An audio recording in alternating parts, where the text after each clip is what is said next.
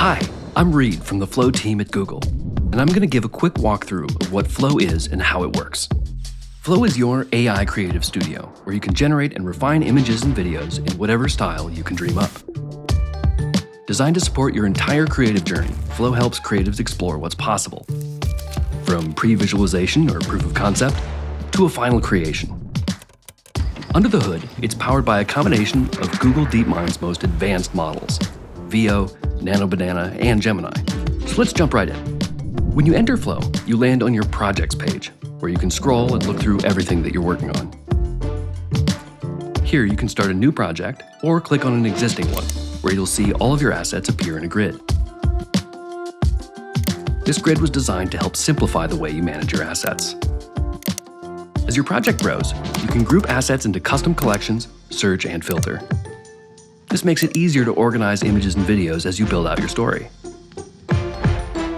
Now, let's focus on the prompt bar. Just type a prompt in and Flow will generate an image.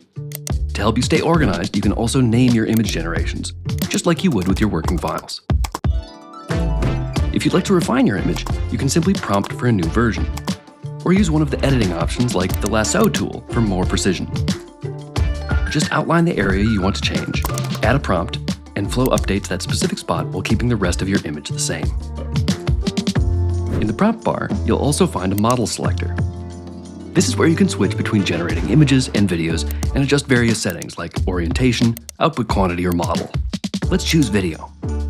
Ready to bring your ideas to life? You can use images you've created or upload your own as ingredients for your video. Just drag them into the prompt bar, use the @ tag to pull in a named asset, or mix and match both. Prompt how they should be used together, and hit generate. Now let's explore frames to video. When using frames to video, you'll see these little chips that give you the option to use the first frame, a last frame, or both.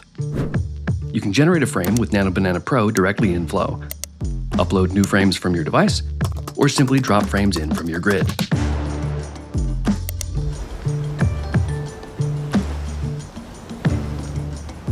You'll also notice a few buttons pop up below the prompt bar.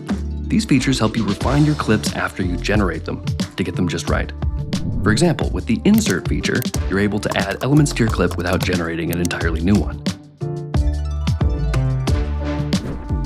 You can also shift the perspective of your clip by using camera control without needing to describe it in your prompt. And if you like where your clip was going and you'd like to continue the story, you can extend the length of your clip. That's a quick look at how to get started with Flow. We can't wait to see what you create.